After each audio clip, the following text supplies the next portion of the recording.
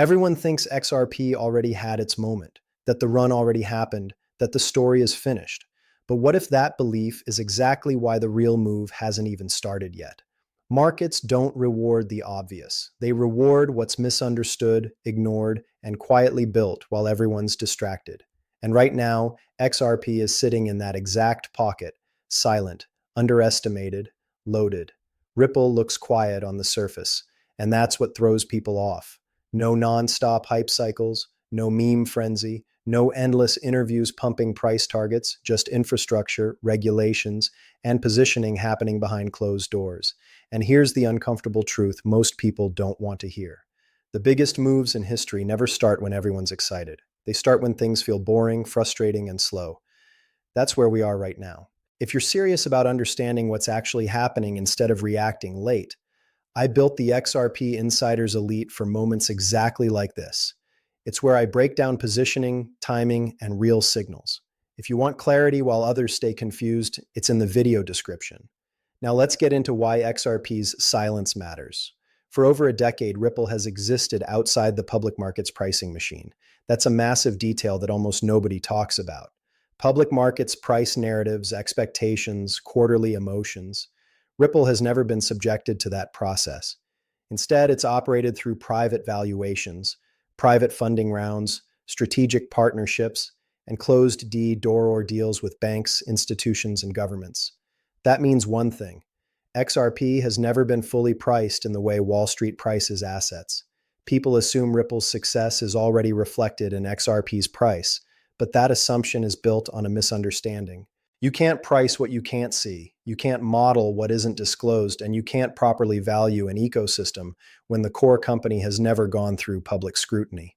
An IPO changes that overnight. When Ripple eventually goes public, Wall Street doesn't just look at the stock ticker. They tear everything apart. Revenue streams, cash flows, strategic holdings, subsidiaries, licensing deals, regulatory posture, and yes, exposure to XRP. Not from a speculative angle, but from a balance sheet and infrastructure perspective. That's when XRP stops being just another token in the eyes of traditional finance and starts being analyzed as a strategic asset tied to a real company with real influence. Here's where timing becomes everything. A lot of people assume delays mean uncertainty or weakness, but in capital markets, delays often mean control. You don't ring the bell during chaos. You ring it when regulations are clearer, liquidity conditions are improving, and institutions are ready to deploy capital with confidence. That's not fear. That's precision. Wall Street doesn't front run what it doesn't fully understand. It waits for structure, it waits for clarity, it waits for paperwork, compliance, and regulatory alignment. Until then, price action stays muted, liquidity builds quietly, positions get accumulated slowly, not by retail chasing green candles, but by capital that moves early and exits late. That's why XRP feels like it's lagging while other assets pump. It's not lagging, it's loading. And this isn't just a narrative anymore. Even traditional analysts are starting to say the quiet part out loud. Once Ripple's valuation is clarified, significant gains are expected. That language matters. That's not social media hype. That's institutional framing.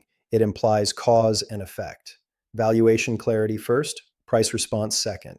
Now let's talk about utility because this is where the story shifts from speculative to structural. Most people still think of XRP as a payments coin. Fast transactions, cheap fees, cross-border transfers. That narrative isn't wrong, but it's outdated. The XRP ledger is moving beyond simple payments and into institutional grade lending at the protocol level. Not chaotic DeFi experiments, not unsustainable yield farms, real lending, fixed terms, fixed rates, risk frameworks that institutions actually understand. This is a massive shift that almost no one is paying attention to. Institutions don't chase pumps. They chase yield, predictability, and compliance. They want systems that behave consistently under stress. Validate governed lending with risk isolation isn't crypto crossplay. That's traditional finance logic being rebuilt on-chain. When validators approve these frameworks, XRP stops being categorized as a speculative asset and starts being treated as financial infrastructure. And when an asset changes categories, the market has to reprick it. This is where you start to see smart money behavior diverge from retail emotion. While the broader market bleeds and fear dominates headlines, capital is rotating quietly. XRP pulling in tens of millions in inflows while Bitcoin and Ethereum see outflows isn't random. Nobody accidentally allocates that kind of money. That's intentional positioning. Retail waits for confirmation. Institutions position before confirmation exists. Historically, XRP has always moved last in the cycle. Bitcoin goes first, Ethereum follows, alts rotate, and then XRP absorbs liquidity from everything that already ran. But when that happens, it doesn't trickle in, it rushes. Because by the time XRP moves, there are fewer alternatives left that haven't already expanded. That's why its moves are sharp, violent, and emotionally disorienting for people who waited too long. Now layer that behavior on top of real adoption. On-demand liquidity has already processed over 15 billion in volume in a single year. APAC corridors are dominating. Dozens of active payment routes are live. And a significant portion of Ripple's partners are actually using XRP, not just testing messaging systems. That's the difference between theater and infrastructure. Global payments is a market measured in the hundreds of trillions. XRP doesn't need to dominate it. It just needs to compound. Every new corridor, every incremental volume increase, every additional institution adds pressure to the same fixed supply asset. Infrastructure turns on quietly. Price reacts later. That's why tomorrow isn't about a single candle. It's about positioning before clarity hits. IPO pressure, institutional lending, smart money inflows, real payment volume, regulatory survival already checked off. These are the ingredients that precede repricing events, not follow them. Most people will only understand this after it's obvious. But by then, the advantage is gone. The reason most people miss these moments is simple. They're trained to watch price, not structure. Price is loud, structure is quiet. Price creates emotion, structure creates inevitability. And right now, XRP is one of the few assets in the market where the structure is strengthening while the price stays restrained. That disconnect doesn't last forever. Let's zoom out and talk about regulation because this is the part of the story that quietly removed the biggest risk without triggering a price explosion. For years, XRP lived under a legal cloud. That cloud wasn't just about Ripple. It was about whether institutions could safely touch the asset at all. Compliance departments don't speculate. If there's uncertainty, they walk away. That's exactly what happened. Liquidity stayed thin by design, not by accident. Now look at what's changed. The regulatory survival test has effectively been passed. XRP is one of the few large-cap digital assets with real legal clarity in the United States. That alone should have caused a massive repricing. But here's the twist. Regulatory clarity doesn't cause instant pumps. It causes delayed allocation. Institutions don't buy headlines. They adjust models, update mandates, and wait for liquidity windows. That process is slow, methodical, and invisible to the public. While retail was focused on short-term price frustration, infrastructure kept turning on. Payment rails expanded. Partnerships matured. Corridors that started as pilots turned into production systems. And most importantly, XRP kept being used. Usage is the one metric that doesn't lie over time. If you look at on-chain data, the majority of activity on the XRP ledger isn't speculative trading, it's payments. That's rare in crypto. Most chains are dominated by internal token transfers, arbitrage, and farming activity. XRP's activity profile looks more like a utility network than a casino. That matters because utility-driven volume behaves differently during market stress. It doesn't disappear overnight. This is why emerging markets play such a critical role in the XRP story. Adoption doesn't start in New York or London. It starts where the pain is highest. Cross-border payments, currency instability, remittance friction, places where the existing system doesn't work well.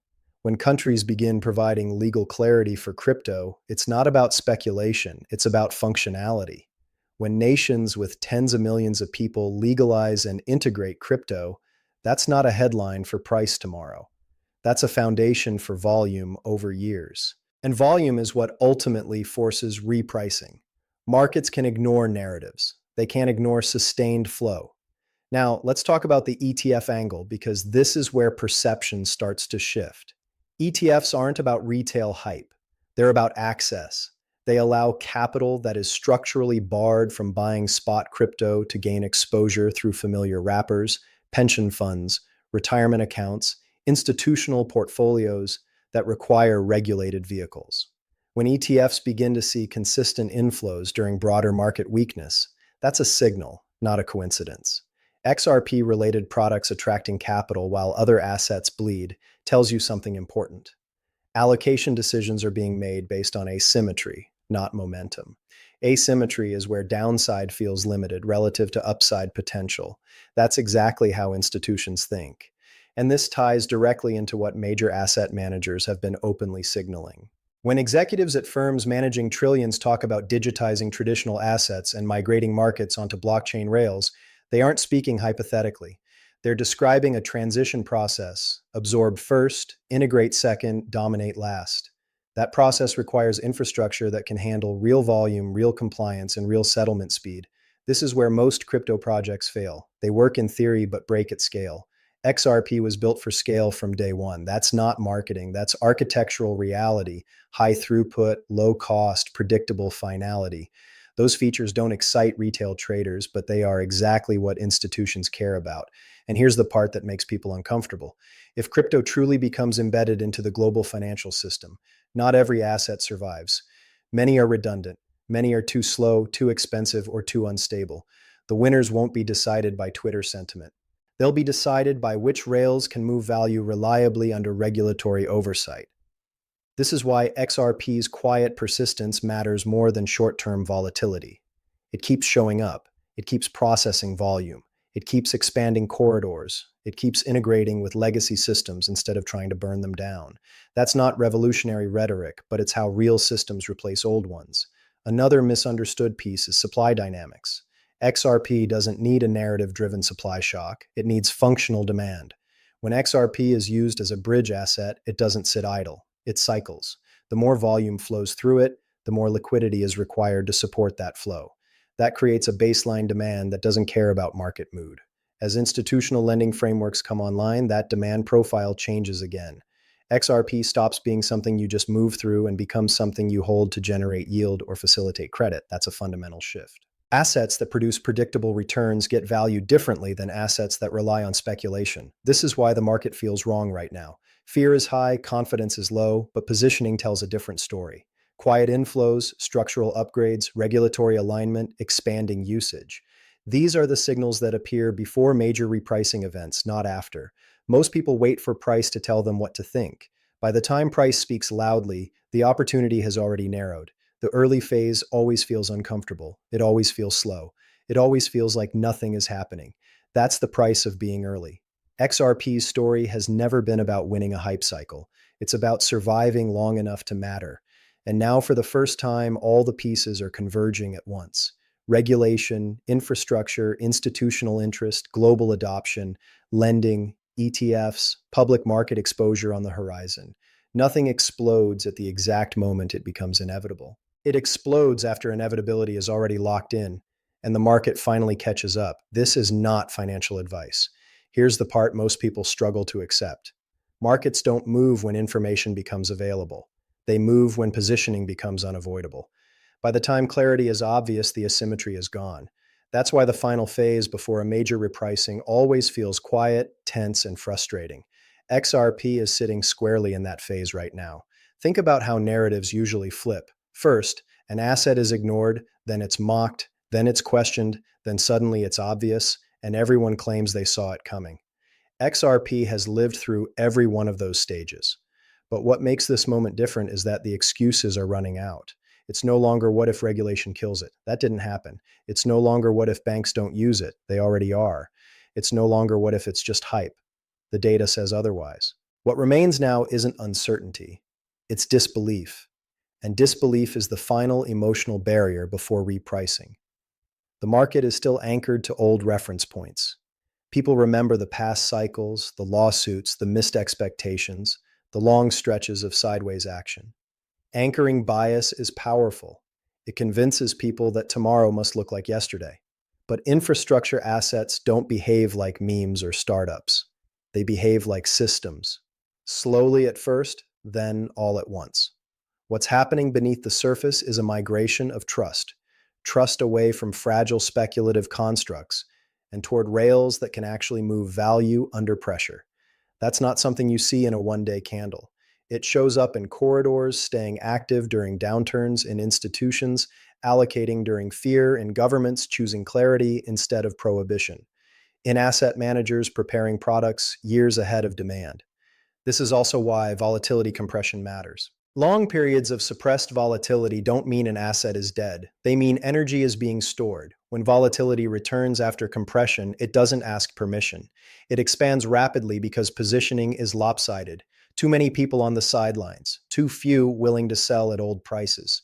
XRP's liquidity profile is uniquely sensitive to that dynamic. When flows increase, they don't disperse across dozens of alternatives. They converge. That's what makes XRP's historical moves look irrational in hindsight.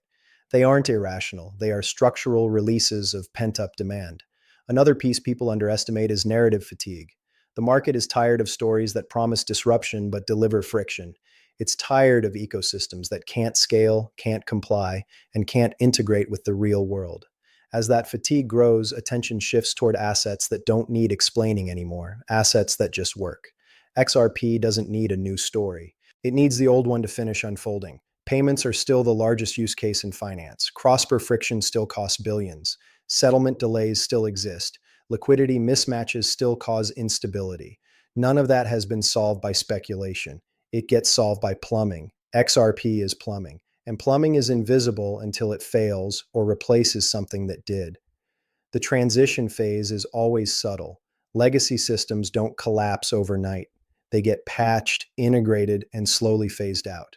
Crypto doesn't overthrow finance. It absorbs it. That's what executives mean when they talk about digitizing assets and moving markets on chain. It's not rebellion, it's migration. This is why the question isn't, will XRP move? The question is, when does the market finally accept what's already in place? And acceptance usually arrives suddenly, triggered by something that feels small at the time. A filing, a launch, a policy shift, a liquidity event. By the time the cause is debated, the effect is already underway. Tomorrow doesn't need to be dramatic to matter. Reset points rarely announce themselves. They're only obvious in retrospect. What feels like just another day often ends up being the day positioning quietly flips. The day weak hands finish exiting. The day patient capital finishes accumulating. And here's the hard truth. Most people won't believe this until price forces them to. They'll wait for confirmation. They'll wait for headlines. They'll wait for social proof. But confirmation is expensive. Social proof comes late. And headlines are written after the move. The people who benefit most from these moments aren't the ones who predict exact dates or candles. They're the ones who understand structure well enough to stay positioned through boredom, doubt, and noise. That's always been the real edge. XRP doesn't need perfection. It doesn't need to win every narrative. It just needs to keep doing what it's doing while the world slowly catches up. And that's exactly what's happening. If this feels uncomfortable, that's the point. Opportunity rarely feels good in the moment. It feels lonely. It feels uncertain. It feels like you might be wrong. But when structure, regulation, adoption, and capital all start aligning at once, discomfort is often the signal, not the warning. This isn't about predicting a top or calling a bottom. It's about recognizing when an asset has quietly crossed from speculative debate into structural relevance. Once that line is crossed, price becomes a matter of timing, not possibility. And timing, as always, favors those who were already there. If you want deeper clarity on positioning as this plays out, that's exactly why I built the XRP Insiders Elite. Real analysis and strategy while others stay reactive.